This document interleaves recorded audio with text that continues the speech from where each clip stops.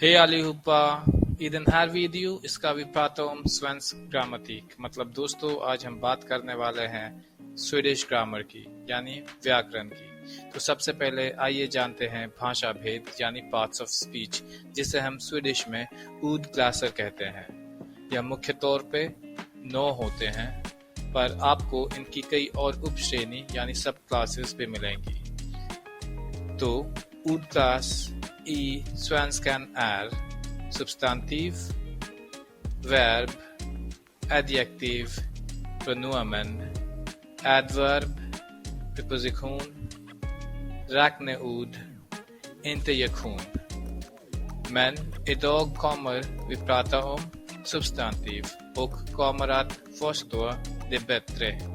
यानी आज हम substantiv यानी संज्ञा नाउन को जानेंगे। चलिए शुरू करते हैं। So, låt oss börja. Substantiv är namn på ting. Det kan också handla om material, varelser, handlingar, egenskaper, tider, måttenheter och så vidare। यानी संज्ञा नाउन नाम वाले शब्दों को कहा जाता है। तो ऐतिहासिक तौर पे स्वीडिश नाउन में स्त्रीलिंग, पुल्लिंग और नपुंसकलिंग हुआ करते थे, पर आधुनिक स्वीडिश में केवल 2 ही लिंग है, यानी उत्रुम यानी कॉमन जेंडर, जिसमें स्त्रीलिंग और पुल्लिंग दोनों ही समाहित हैं, और न्यूट्रुम यानी न्यूट्रल जेंडर। अब बात करते हैं निश्चित एवं अनिश्चित रूप के, जो अंग्रेजी यानी इंग्लिश में काफी प्रयोग किए जाते हैं, पर हिंदी में इसकी उपयोगिता उतनी प्रभावी नहीं मिलती। टिल एग्जाम्पल, उदाहरण के तौर पे हम अंग्रेजी के 2 वाक्य देखते हैं। I read a book yesterday. The book was very interesting. यहाँ पे पहले वाक्य में वक्ता को पता है कि वह किस बुक की बात कर रहा है, मगर सुनने वाले लिसनर को नहीं पता। पर दूसरे वाक्य में जहां वक्ता और श्रोता यानी स्पीकर और लिसनर दोनों को ही पता है कि वो कौन सी बुक की बात कर रहे हैं, तो सेंटेंस में ए बुक की जगह यूज होता है the book. The book was very interesting. A book indefinite form कहलाता है, जिसे हम स्वीडिश में obestämd फॉर्म कहते हैं, और द बुक को हम डेफिनेट फॉर्म कहते हैं, जिसे bestämd स्वीडिश में कहते हैं। अब कुछ स्वीडिश एग्जाम्पल को देखते हैं। उदाहरण के तौर पे ए बुक को हम कहेंगे एन बुक, और एन बुक का bestämd फॉर्म होगा boken। एन बुक यानी ए बुक यानी एक किताब, यह सिंगुलर मतलब एक वचन कॉमन नाउन है, यानी उत्रुम सुब्स्टांटिव। जब हम न्यूटर जेंडर यानी न्यूट्रुम की बात करेंगे, तो यहाँ जो हमने एन लगाया है बुक के आगे, उसके जगह हम एथ का प्रयोग करेंगे, जैसे बच्चा, बान, एथ बान। अब दिए गए उदाहरणों को गौर करते हैं। सबसे पहला है एन बुक, जो कि obestämd है, जिसका अर्थ होता है, जैसे हमने पहले बताया, एक किताब। इसका bestämd फॉर्म होगा boken। यहाँ पे आप गौर करें कि obestämd से bestämd फॉर्म बनाने के लिए हमने जो एन आगे लगा था उसको पीछे लगा दिया है, और बुकेन का मतलब होता है यह बुक या वह बुक जिसकी हम बात कर रहे होते हैं। फिर दूसरा एग्जाम्पल हमारे पास है एन फ्लास्का यानी बोतल, पीने की बोतल। वाटन फ्लास्का, वाटन मतलब पानी, फ्लास्का मतलब बोतल, वाटर बोतल। एन फ्लास्का, इसका जब हम bestämd फॉर्म देखेंगे तो ये हो जाएगा फ्लास्कान। यहाँ पे आप देखें एन की जगह en की जगह सिर्फ n लगाया गया है। तो जब हम ऊतरुम जेंडर की बात करते हैं तो हम en या n आखिर में जोड़ के बेस्टैम्ड फॉर्म का बेस्टैम्ड फॉर्म बनाते हैं। और यह डिपेंड करता है कि शब्द खत्म कौन से अक्षर से हो रहा है, वाउल से या कॉन्सोनेंट से, यानी वोकाल या कॉन्सोनेंट किस पे खत्म हो रहा है। जैसे अगर हम बुक की बात करें तो के एक कॉन्सोनेंट है तो हम लगाएंगे बुकन, पर अगर हम फ्लास्का की बात करें तो ए एक वॉल साउंड है तो हम यहाँ लगाएंगे सिर्फ एन, फ्लास्कान। आखिरी एग्जाम्पल इसमें देखते हैं एन आर्म मतलब बाह, आर्म। इसका बेस्टैम्ड फॉर्म होगा आर्मन।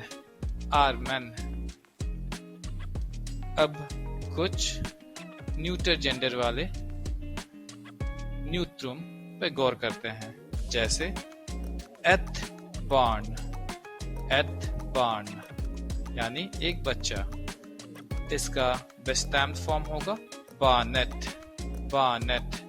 यहाँ पे आप गौर करें कि बेस्टैम्ड फॉर्म में ईटी आखिर में जुड़ा हुआ है। दूसरा एग्जाम्पल देखते हैं बेस्टैम्ड फॉर्म एथ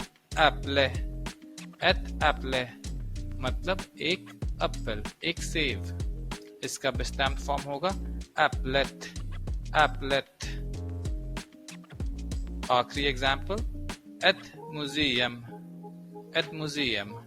मतलब म्यूजियम, एक म्यूजियम। इसका बेस्टैम्ड फॉर्म होगा मुजियत। आइए अब जानते हैं कि एक वचन शब्द को बहुवचन में कैसे परिवर्तित करें। जैसे हम हिंदी में अवगत हैं कि या यों जोड़कर बहुवचन बनाया जाता है एक वचन से। जैसे तितली का बहुवचन होगा तितलियां, यहाँ पे या को जोड़ा गया है तितली के पीछे, और अंग्रेजी में एस का एडिशन होता है आखिर में किसी शब्द के। फॉर एग्जाम्पल एप्पल का बहुवचन प्लूरल होगा एप्पल्स। वैसे ही स्वीडिश में काफी सारे वर्ड ग्रुप्स हैं या अल्फाबेट है जो किसी वर्ड के आखिर में जुड़ के उसका बहुवचन बनाते हैं, और इसके आधार पे हमने स्वीडिश वर्ड्स को, स्वीडिश सब्सटेंटिव को मोस्टली 5 डिक्लेंशंस में डिवाइड किया हुआ है या कैटेगराइज किया हुआ है, जिसे हम स्वीडिश में डिक्लेनाखूनर कहते हैं या डिक्लेनखून कहते हैं। पहली वर्ग डिक्लेनाखून है ऊर, ऊर। यह ऊर ग्रुप जब किसी शब्द के पीछे लगता है तो उसे बेस्टैम्ड शब्द के पीछे, तो उसे वह प्लूरल यानी बहुवचन में परिवर्तित करता है, और यह ऐतिहासिक तौर पे स्त्रीलिंग रहा है, यानी फेमिनिन सब्सटेंटिव शब्दों को इस वर्ग में रखा गया था। दूसरा एग्जाम्पल हम लेते हैं फ्लिक्का, एनफ्लिक्का मतलब एक लड़की। आप देखेंगे यह शब्द जो है वो आखिर में इनके ए है, मतलब ये वोकाल यानी स्वर में खत्म हो रहे हैं, वाल्स में खत्म हो रहे हैं। तो यह ऐतिहासिक तौर पे स्त्रीलिंग शब्द रहे हैं, और यह पहले डिक्लेनाखून यानी और ग्रुप में शामिल हैं। तो आइए हम गौर करते हैं अपने उदाहरण पे, जो है एन फ्लास्का, बेस्टैम्ड फॉर्म सिंगुलर यानी एन फ्लास्का अनिश्चित एक वचन शब्द है। प्लूरल में इसका, जैसे इस ग्रुप, इस वर्ग का नाम है ऊर, तो ऊर जो है ये फ्लास्का के पीछे ऐड हो जाएगा, फ्लास्कुर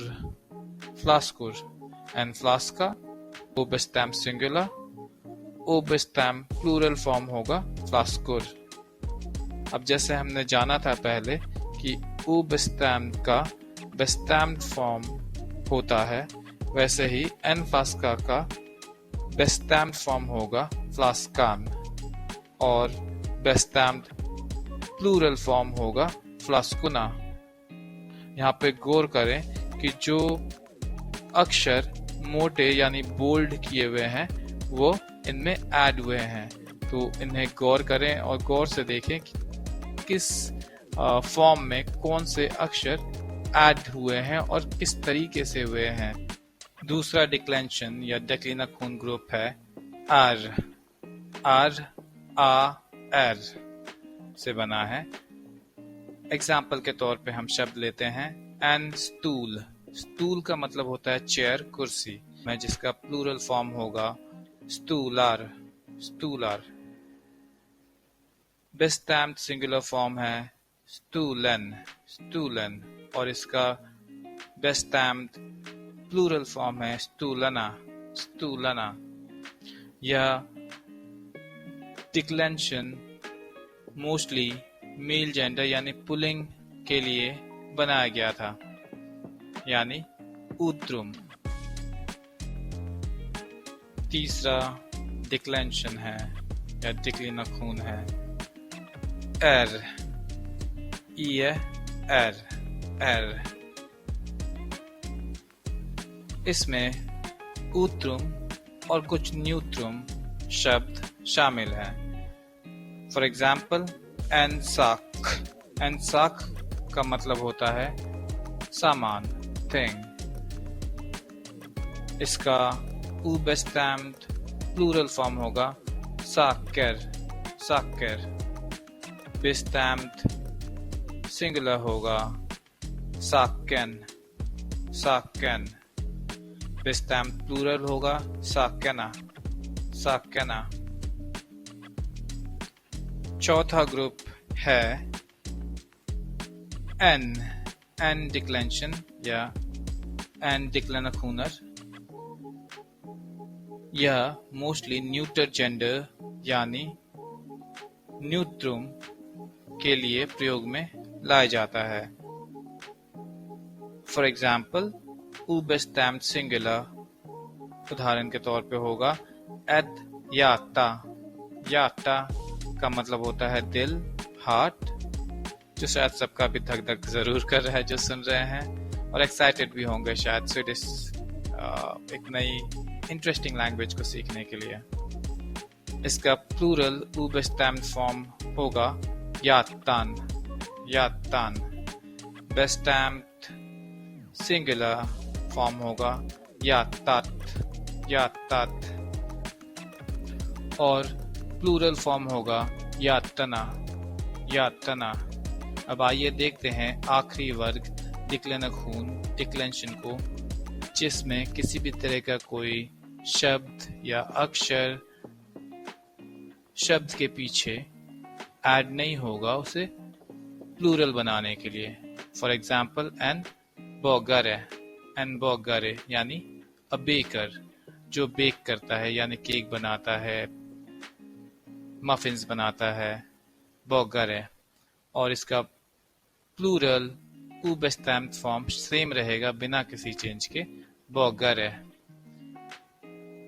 बेस्टैम्ड सिंगुलर फॉर्म होगा बोगरन, बोगरन, और इसका बेस्टैम्ड प्लूरल फॉर्म होगा बोगना, बोगना। जैसे आपने अंग्रेजी में देखा होगा कि द, जो कि एक डेफिनेट आर्टिकल है, का प्रयोग बेस्टैम्ड फॉर्म यानी डेफिनेट फॉर्म वाले शब्दों से बने वाक्यों में काफी किया जाता है। वैसे ही स्वीडिश में भी कुछ जगहों पे द का प्रयोग किया जाता है, और यह द डिपेंड करता है कि हम जिस शब्द के लिए इनका प्रयोग कर रहे हैं वो एन वर्ड है, एथ वर्ड है या प्लूरल है। आइए एग्जाम्पल से समझें। Den röda bilen, den röda bilen। den जो शब्द है ये यहाँ पे द, अंग्रेजी द को दर्शा रहा है, और इसका प्रयोग इसीलिए किया गया है क्योंकि जो हमारे पास उबस्टैम्प फॉर्म है बील यानी कार का बीलन, उसके आगे विशेषण यानी एडजेक्टिव जुड़ा हुआ है। एडजेक्टिव यानी जो कार की खासियत को बता रहा है कि वह लाल कलर का है, लाल रंग का है। तो इस केस में जब एडजेक्टिव आगे यूज हो रहा होगा किसी नाउन के, डेफिनेट नाउन के, तो हम द का प्रयोग करेंगे, क्योंकि बील एक एन वर्ड है जो बीलन शब्द को पढ़ते ही हमें समझ आता है, इसीलिए हम इसके आगे देन का प्रयोग करते हैं।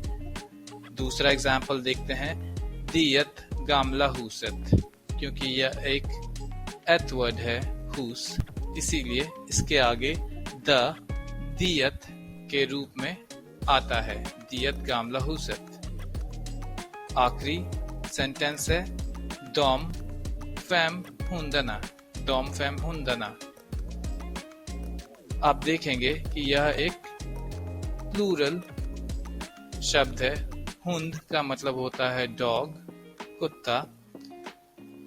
5 कुत्तों की बात हो रही है, फैम हुंदना, तो इसीलिए हमने इसके यहाँ आगे जो द है वो डॉम लिखा है। डीई को हम डॉम, DOM जैसा उच्चारण करते हैं, डॉम फैम हुंदना।